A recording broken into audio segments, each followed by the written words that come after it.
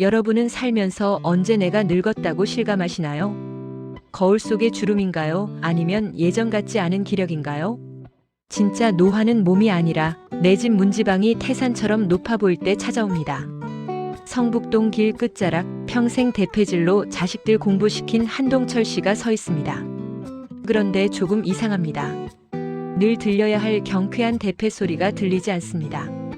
대신 그는 텅 빈 마당 한복판에 멈춰서서 마치 처음 보는 물건인 양자기 손을 가만히 훑어봅니다. 그리고 아무도 없는 안방을 향해 짧은 한숨을 내뱉습니다. 동철 씨는 입술을 굳게 다문 채 한참을 서 있었습니다. 마당에 떨어진 대패날 하나를 주우려다 손끝이 닿기도 전에 허공을 움켜쥐고는 그대로 멈춰버립니다. 그 적막 속에서 동철 씨가 마주한 건 무엇이었을까요?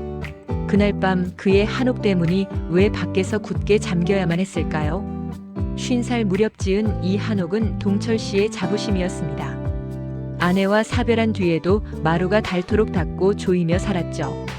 기둥 하나 석가래 하나에 그의 젊은 날이 고스란히 박혀 있습니다. 하지만 비가 쏟아지던 지난 목요일 그 자부심에 금이 가기 시작했습니다. 타일 사이 낀 곰팡이가 거슬려 수건을 집으려던 찰나였습니다. 찰나의 미끄러짐, 둔탁한 소리와 함께 오른쪽 다리에서 전기가 오듯 날카로운 통증이 뻗어나갔습니다. 바닥은 차갑고 손에 닿는 건 미끈거리는 비눗물 뿐입니다. 거실에 둔 핸드폰까지의 거리는 고작 2m. 하지만 그 거리가 절벽처럼 아득합니다. 어우, 거기 누구? 민수야. 아무도 대답하지 않는 빈집에서 동철 씨는 팔꿈치로 바닥을 긁으며 기었습니다. 손톱 밑이 깨지고 무릎이 까졌지만 통증조차 느껴지지 않았습니다. 오직 살아야겠다는 본능 하나로 핸드폰을 쥐었을 때 화면 속 아들의 환한 사진이 눈에 들어왔습니다. 손가락이 떨려 번호를 누르는 데만 꼬박 5분이 걸렸네요. 고관절 골절. 이른을 넘긴 노인에게 고관절은 생명줄과 같습니다. 수술은 잘 끝났지만 의사의 표정은 밝지 않았습니다. 검사 결과지에 적힌 경도 인지장애라는 5글자. 동철 씨는 그게 무슨 뜻인지 잘 모릅니다. 그저 아들 민성 씨의 어두운 안색을 보며 자신이 아주 큰 사고를 쳤다는 것만 짐작할 뿐입니다. 아버지 혼자 두면 진짜 큰일 나겠어. 이번엔 화장실이었지만 다음엔 가스불이라도 안 끄시면 어떡해? 병실 문틈으로 새어나오는 아들의 목소리. 동철 씨는 못 들은 척 눈을 감았습니다. 평생 남의 집 기둥을 세워주던 손이 이제는 제 몸 하나 지탱하지 못해 덜덜 떨리고 있습니다. 아들의 한숨 소리가 병실 벽을 타고 동철 씨의 가슴에 비수처럼 꽂힙니다. 민성아, 바쁘면 가봐라. 나 괜찮다. 동철 씨는 아들의 얼굴을 보지 못한 채 이불 끝만 만지작거립니다. 미안함일까요? 서운함일까요? 자식에게 짐이 된다는 사실을 깨닫는 순간 노인은 순식간에 작아집니다. 며칠 뒤 퇴원 수속을 밟는 아들의 손엔 집으로 가는 약봉지 대신 낯선 요양시설의 안내 리플릿이 들려 있었습니다. 경기도 외곽의 한 실버타운. 겉모습은 웅장하고 깨끗합니다. 로비에는 클래식 음악이 흐르고 직원들은 정중하게 인사하죠. 하지만 동철 씨의 눈에는 그곳이 거대한 무덤처럼 보였습니다. 아들이 망설이며 입을 떼기도 전 동철 씨가 먼저 선수표를 던집니다. 시설 좋네. 여기서 좀 쉬면 다리도 금방 낫겠다. 걱정 말고 너희들 살림이나 잘해라. 아들은 안도하는 표정으로 고개를 숙였습니다. 동철 씨는 그 표정을 보며 비로소 실감했습니다. 이제 자신의 인생에서 한옥 주인 한동철은 죽고 302호 어르신의 삶이 시작된다는 것을요. 휠체어에 앉아 자동문을 통과하는 동철 씨의 등 뒤로 세상의 소음이 차단됩니다. 정해진 시간표, 똑같은 환자복, 그리고 이름 대신 불리는 번호. 동철 씨는 몰랐습니다. 이 깨끗하고 친절한 공간이 자신의 존엄성을 어떻게 하나씩 갉아먹게 될지 말입니다. 그리고 그날 밤 302호의 어둠 속에서 동철 씨는 인생에서 단 한 번도 상상해 본 적 없는 비참한 요구를 받게 됩니다. 과연 동철 씨는 이 차가운 안전함 속에서 자신을 지켜낼 수 있을까요? 아니, 그는 다시 그 높은 문지방을 넘어 집으로 돌아갈 수 있을까요? 이야기는 이제부터 시작입니다. 육중한 자동문이 닫히는 소리는 생각보다 경쾌했습니다. 하지만 그 소리가 동철 씨의 귓가에는 세상과 단절을 알리는 선고처럼 들렸네요. 아들의 차 뒷모습이 완전히 사라질 때까지 동철 씨는 휠체어 바퀴를 움켜쥔 손을 끝내놓지 못했습니다. 로비의 대리석 바닥은 눈이 부시도록 매끄럽습니다. 하지만 동철 씨의 눈에는 그 화려함이 오히려 낯설고 두렵게만 느껴집니다. 안내를 맡은 직원이 휠체어를 밀며 복도를 지나갑니다.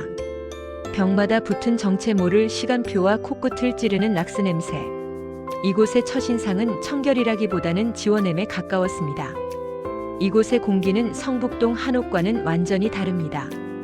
정겨운 나무 냄새나 흙내음 대신 무색무취의 건조한 공기만이 가득하죠.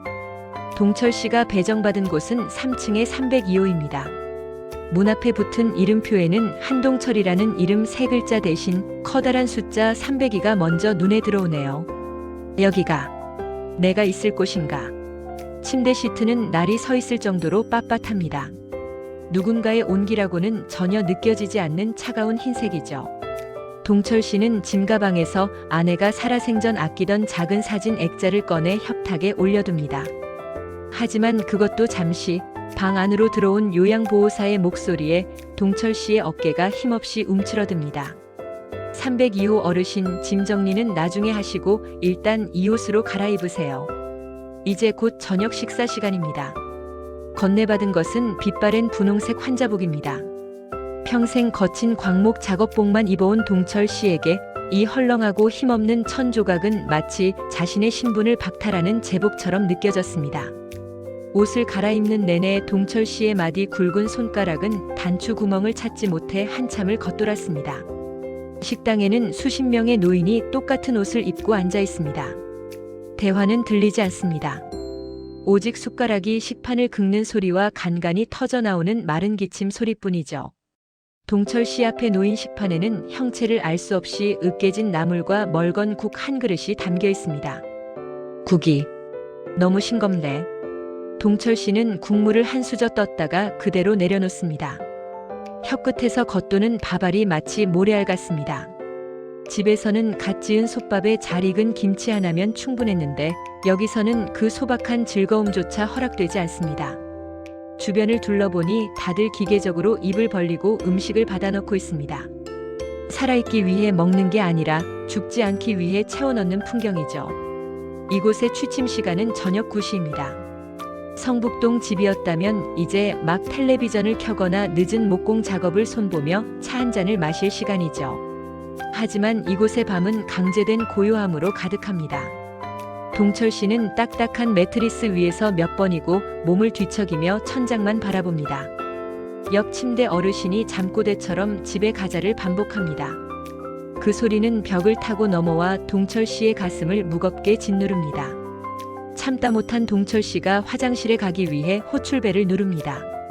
수술한 고관절 부위가 욱신거려 혼자서는 일어날 엄두가 나지 않거든요. 하지만 10분이 지나도 아무도 오지 않습니다. 저기요. 저기요. 아무도 없어요? 결국 동철 씨는 스스로 휠체어로 몸을 옮기려다 바닥으로 미끄러지고 맙니다. 차가운 대리석 바닥에 뺨이 닿는 순간 동철 씨는 뼈저리게 깨달았습니다. 이곳은 자신을 보호해주는 곳이 아니라 자신의 의지를 서서히 지워가는 거대한 기계 장치라는 사실을요. 어르신, 왜 바닥에 내려와 계세요? 위험하다고 몇 번을 말씀드려요. 자꾸 이러시면 저희가 기저귀를 채울 수밖에 없어요. 아니, 화장실이 급해서. 기저귀라니, 내가 아직 정신이 멀쩡한데. 김수진, 저희는 어르신 안전이 제일 중요해요. 여기 시스템이 그렇습니다. 협조 안 하시면 서로 피곤해져요. 동철 씨는 입술을 꽉 깨물었습니다. 평생 정직하게 나무를 깎고 집을 지으며 제 손으로 일궈온 삶이었습니다. 그런데 이제는 화장실조차 마음대로 못 가고 기저귀라는 모욕적인 통보를 들어야 한다니요. 동철 씨는 고개를 돌려 창밖을 봅니다. 멀리 보이는 산등성이 너머에 자신의 집이 있을 텐데 그곳은 이제 만질 수 없는 꿈속의 공간처럼 멀게만 느껴집니다. 동철 씨는 결심한 듯 주먹을 쥐어봅니다. 하지만 힘 빠진 손가락은 마디마디가 뒤틀려 마음처럼 움직이지 않습니다. 거울에 비친 자신의 모습은 어느덧 생기를 잃고 요양원의 무채색 풍경 속에 동화되어 가고 있습니다. 이제 일주일이 지났을 뿐인데 동철 씨는 벌써 자신의 이름보다 302호라는 숫자가 더 익숙해지기 시작했습니다. 이것이 가장 무서운 일이었습니다. 자신이 누구였는지, 무엇을 하며 웃던 사람이었는지 잊어버리게 만드는 이 깨끗하고 친절한 폭력. 동철 씨는 밤마다 천장의 얼룩을 보며 숫자를 셉니다. 집으로 돌아갈 날짜가 아니라 자신이 아직 살아있음을 증명하는 심장 박동의 횟수를요. 과연 동철 씨는 이 거대한 무기력함 속에서 한동철이라는 이름과 목수의 자부심을 끝까지 지켜낼 수 있을까요? 302호의 새벽은 늘 창백한 푸른빛으로 시작됩니다. 동철 씨는 오늘도 알람 소리가 나기도 전에 눈을 떴네요. 어제 요양보호사가 채워두고 간 기저귀의 묵직한 이물감이 온몸을 짓누릅니다. 평생 정직한 땀을 흘리며 살아온 노인에게 이 축축한 감각은 영혼에 새겨진 낙인과도 같습니다. 동철 씨는 가만히 옆 침대를 바라봅니다.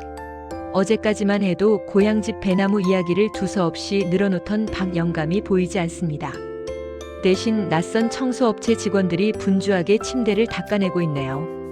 알코올 냄새가 코를 찌르고 박영감이 아끼던 낡은 라디오는 이미 쓰레기통 옆에 던져져 있습니다. 간밤에 박영감은 아무에게도 인사를 건네지 못하고 떠났습니다. 이곳에서 누군가의 죽음은 슬픔이 아니라 하나의 업무로 처리되더군요. 침대 시트가 갈리고 이름표가 바뀌는 데 걸린 시간은 단 10분. 동철 씨는 그 광경을 지켜보며 온몸에 소름이 돋았습니다. 마치 지우개로 슥슥 지워지듯 자신도 어느 날 아침 저렇게 흔적 없이 사라질 것만 같았기 때문입니다. 오랜만에 찾아온 아들 민성 씨는 피곤에 절어 있습니다. 넥타이는 삐뚤어져 있고 연신 핸드폰 시계만 확인하네요. 유리병 너머의 아들은 가깝지만 아득히 먼 나라 사람처럼 느껴집니다. 동철 씨는 목구멍까지 차오른 말을 삼키고 또 삼키다 결국 마른 입술을 뗍니다. 민성아, 나 이제 다리 힘도 제법 들어간다. 집에 가면 안 되겠냐? 내 집에서 죽으련다. 아버지, 또 그 소리세요. 저번 주에 부장님 상당에서 겨우 시간 냈어요. 집엔 아무도 없는데 누가 수발을 들어요. 여기 계시는 게 도와주시는 거예요. 기저귀를 채운다. 멀쩡한 사람을 짐승처럼 묶어두고. 다 아버님 안전 때문이라잖아요. 저도 대출금에 애들 학원비에 죽을 맛이에요. 제발 저 좀 살려주세요, 아버지. 민성 씨의 목소리에는 원망과 피로가 섞여 있습니다. 동철 씨는 아들의 그 죽을 맛이라는 말에 더 이상 대꾸할 힘을 잃었습니다. 자식에게 짐이 되는 아버지는 집으로 돌아갈 자격조차 없는 것일까요? 면회 시간이 끝났음을 알리는 벨소리가 무심하게 울려 퍼집니다. 아들은 도망치듯 자리를 떠나고 동철 씨의 손에는 차가운 유리벽의 감촉만 남았습니다. 그날부터 동철 씨는 입을 닫았습니다. 들어오는 밥차를 거부하고 약도 삼키지 않았습니다. 눈을 감으면 성북동 한옥의 나무 냄새가 환청처럼 들려옵니다. 차라리 이대로 굶어 죽는 게 마지막 남은 자존심을 지키는 길이라 믿었습니다. 생의 의지가 썰물처럼 빠져나간 동철 씨의 얼굴은 하루가 다르게 흑빛으로 변해갔죠. 수진 씨는 번아웃에 빠진 3년차 요양보호사입니다. 그저 하루를 버텨내는 게 목표였던 그녀의 눈에 동철 씨의 수첩 속 정교한 도면들이 들어옵니다. 한옥의 결을 살리는 이음새 공법, 정교하게 계산된 석가래의 각도. 그것은 단순한 낙서가 아니라 한 장인의 인생이 담긴 설계도였습니다. 어르신, 이거 직접 그리신 거예요? 목 쑤셨어요? 동철 씨는 대답 대신 벽을 보고 돌아눕습니다. 하지만 수진 씨는 포기하지 않고 수첩을 침대 위에 살며시 내려놓습니다. 그녀는 늘 302호 환자로만 대했던 이 노인의 손가락 끝에 굳은 살이 왜 그렇게 박여 있었는지, 왜 그토록 기저귀를 거부하며 울분을 토했는지 비로소 이해하기 시작합니다. 저도 이 일 시작할 땐 사람 살리는 보람으로 했거든요. 근데 지금은 죽음을 치우는 사람이 된 것 같아요. 어르신, 여기서 이렇게 지워지지 마세요. 뭐라도 좀 드셔야 기운을 내죠. 동철 씨의 어깨가 미세하게 떨립니다. 누군가 자신을 환자가 아닌 몫으로 봐주었다는 사실 하나가 굳게 닫혔던 마음의 빗장을 건드립니다. 동철 씨는 천천히 몸을 돌려 수진 씨를 바라봅니다. 초점 없던 눈동자에 아주 작은 불씨 하나가 다시 지펴지는 순간입니다. 내 손. 이 손으로 집을 3개나 지었어. 내 집 문패도 내가 깎았고. 알아요. 이 도면들 보면 다 알 수 있어요. 동철 씨는 떨리는 손으로 자신의 수첩을 움켜쥐었습니다. 자식에게 외면당하고 사회에서 삭제된 줄 알았던 노인에게 기억해주는 사람이 나타난 것입니다. 이것은 단순한 위로가 아니었습니다. 동철 씨에게는 다시 한번 대패를 잡고 싶다는, 다시 한번 인간답게 걷고 싶다는 처절한 갈망의 시작이었죠. 고관절의 통증이 칼로 베는 듯합니다. 하지만 동철 씨는 신음소리를 참아내며 발가락에 힘을 줍니다. 옆 침대의 빈자리를 보며 다짐합니다. 자신은 저렇게 지워지는 이름표가 되지 않겠다고. 아들이 말하던 안전한 감옥이 아니라 비바람이 몰아쳐도 내 냄새가 배어있는 내 집으로 반드시 돌아가겠다고 말이죠. 동철 씨의 이마에 땀방울이 맺히고 마침내 엉덩이가 침대에서 한 뼘 떨어집니다. 아주 찰나의 순간이었지만 그것은 중력을 거스르는 인간의 의지였습니다. 창밖에는 여전히 차가운 달빛이 흐르지만 302호의 공기는 이전과는 다르게 뜨겁게 달궈지기 시작합니다. 과연 이 노목수의 마지막 반란은 성공할 수 있을까요? 벼랑 끝에 선 동철 씨의 앞에 어떤 가혹한 선택이 기다리고 있을까요? 절망의 끝에서 피어난 이 작은 움직임이 거대한 요양원의 시스템을 흔들기 시작합니다. 한 뼘의 높이. 침대에서 엉덩이를 떼는 그 짧은 순간이 동철 씨에게는 에베레스트를 넘는 것보다 고단한 일이었습니다. 부들부들 떨리는 다리는 마치 남의 살점처럼 말을 듣지 않네요. 하지만 동철 씨는 입술이 터지도록 깨물며 버텼습니다. 기저귀 속에 갇힌 노인이 아니라 대패를 쥐고 나무의 결을 읽던 몫으로 돌아가기 위해서였죠. 모두가 잠든 새벽 2시. 복도의 감시 카메라를 피해 수진 씨가 조용히 방 안으로 들어옵니다. 그녀의 손에는 쟁반 대신 신문지에 돌돌 말린 무언가가 들려 있습니다. 수진 씨가 조심스레 신문지를 펼치자 거칠게 깎인 나무 토막 몇 개와 작은 사포가 모습을 드러냅니다. 동철 씨의 눈동자가 그 순간 번뜩이며 살아납니다. 가져왔구나. 고맙다 수진 선생. 정말 고마워. 들키면 저 심할서 써야 해요. 그러니까 낮에는 절대 꺼내지 마세요. 이건 재활 도구가 아니라 어르신 자존심이니까요. 동철 씨는 떨리는 손으로 나무를 움켜쥐었습니다. 소나무 특유의 알싸한 향이 코끝을 스치자 마법처럼 마비되었던 감각이 살아나기 시작합니다. 사포로 거친 나무 표면을 문지르는 동작은 그 자체로 훌륭한 소근육 재활 훈련이 되었습니다. 슥슥 나무 깎는 소리가 적막한 방 안을 채웁니다. 그 소리는 동철 씨에게 살아야 한다는 박동 소리와도 같았네요. 수진 씨의 부축을 받으며 동철 씨가 복도로 나옵니다. 휠체어 없이 맨발로 차가운 바닥을 딛는 감각.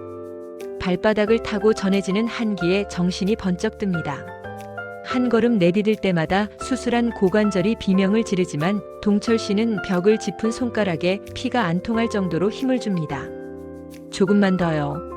저기 비상구 유도등까지만 가보는 거예요. 할 수 있어요, 어르신. 다리가. 내 다리가 아닌 것 같아. 그래도 가야지. 내 집 문턱 넘으려면 이 정도는 버텨야지. 동철 씨의 이마에서 굵은 땀방울이 바닥으로 툭 떨어집니다. 한 걸음 다시 한 걸음. 고작 5발자국을 옮기는데 10분이 걸렸습니다. 하지만 그 발자국은 요양원의 매뉴얼이 정해놓은 불가능을 깨트리는 위대한 행진이었습니다. 수진 씨는 눈시울이 붉어진 채 동철 씨의 허리를 더 단단히 받쳐 안습니다. 정기적인 재활평가 날입니다. 담당 의사와 물리치료사들이 차트를 들고 무표정하게 서 있습니다. 그들 뒤에는 아들 민성 씨도 초조한 얼굴로 지켜보고 있네요. 의사는 관성적으로 동철 씨의 무릎을 톡톡 두드리며 차트에 기록을 남기려 합니다. 보행 불가, 현 상태 유지. 그들의 결론은 이미 정해져 있는 듯 보였습니다. 어르신, 무리하지 마시고 그냥 앉아 계세요. 무릎 힘 체크만 하겠습니다. 아니, 나 일어날 거요. 보여줄 게 있으니까 잘 봐요. 동철 씨가 휠체어 팔걸이를 짚고 몸을 일으킵니다. 주변에서 만류하는 소리가 들리지만 동철 씨는 듣지 않습니다. 오직 정면의 벽 하나만을 응시하며 다리에 모든 신경을 집중합니다. 덜덜 떨리던 무릎이 서서히 펴지고 굽어있던 허리가 꼿꼿하게 세워집니다. 실내에 기분 좋은 정적이 흐릅니다. 동철 씨는 천천히, 아주 천천히 한 발을 앞으로 뻗습니다. 뒤꿈치가 바닥에 닿고 발가락이 지면을 움켜쥐는 그 찰나의 순간, 아들 민성 씨의 입에서 짧은 탄성이 터져 나옵니다. 동철 씨는 보란듯이 5걸음을 걷고는 수진 씨가 몰래 깎아준 나무 조각을 아들에게 건넵니다. 그것은 서툴지만 분명한 문패 모양이었습니다. 민성아, 나 목수 한동철이다. 환자 302호가 아니고. 아버지, 어떻게 혼자서 이렇게까지. 민성 씨는 아버지가 건넨 나무 조각을 만지며 그간의 무심함을 자책하듯 고개를 떨굽니다. 요양원의 차가운 시스템 속에서 아버지가 홀로 쌓아온 흔적이 그 투박한 나무 조약돌에 고스란히 묻어 있었기 때문입니다. 수진 씨는 멀리서 그 광경을 지켜보며 조용히 미소 짓습니다. 이제 요양원 안의 공기가 달라졌습니다. 안전이라는 이름 아래 통제되던 노인들이 하나둘씩 동철 씨의 행진을 지켜보며 눈빛을 반짝이기 시작합니다. 죽음을 기다리는 공간이 삶을 준비하는 공간으로 바뀌는 기적이 일어난 것이죠. 동철 씨는 더 이상 기저귀를 차지 않습니다. 대신 그는 매일 아침 거울을 보며 머리를 빗고 집으로 돌아갈 채비를 합니다. 하지만 퇴소 결정은 쉽지 않습니다. 병원 측의 완강한 반대와 현실적인 거주 환경의 문제들이 여전히 산더미처럼 쌓여 있죠. 동철 씨는 이제 육체적인 재활을 넘어 자신의 삶을 스스로 결정할 권리를 찾기 위한 마지막 싸움을 준비합니다. 과연 동철 씨는 그토록 그리워하던 성북동 한옥대문을 다시 열 수 있을까요? 인생의 황혼에서 피어난 노목수의 의지가 세상을 향해 어떤 대답을 들려줄지 계속됩니다. 302호의 짐 가방은 들어올 때보다 가벼워졌습니다. 서랍장에 붙어있던 약봉지 알림표도 환자 식단표도 모두 떼어냈네요. 동철 씨는 침대볼을 손바닥으로 정성스레 펴서 정리합니다. 자신이 머물렀던 흔적을 지우는 게 아니라 정돈된 예의를 갖추고 떠나려는 목수의 습관입니다. 휠체어 대신 지팡이를 짚은 동철 씨의 그림자가 길게 늘어집니다. 배웅하러 나온 수진 씨가 동철 씨의 투박한 손을 잡네요.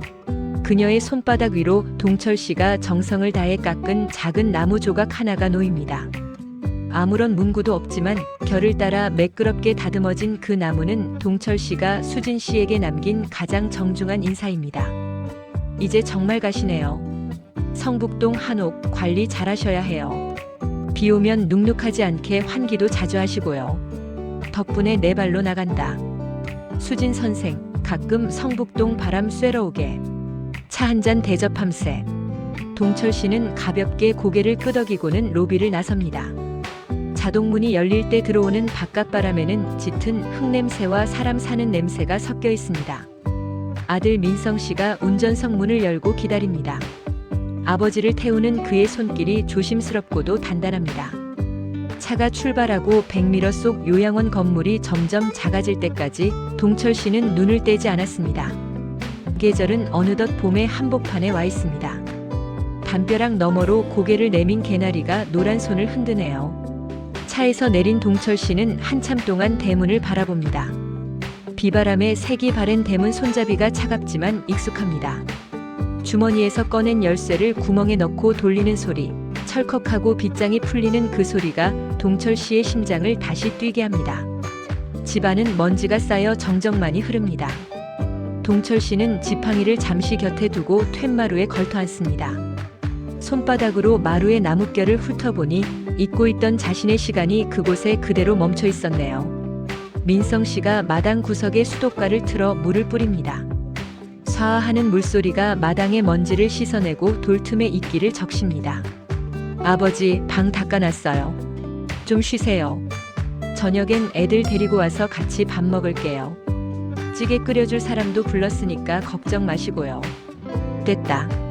내가 끓여 먹으련다. 쌀 씻는 법 잊어버린 줄 아냐. 민성 씨는 아버지의 퉁명스러운 대답이 오히려 반갑습니다. 예전에 고집스럽고 당당하던 그 아버지로 돌아왔다는 신호니까요. 아들이 떠난 뒤 동철 씨는 작업실 구석에서 낡은 망치와 끌을 꺼냅니다.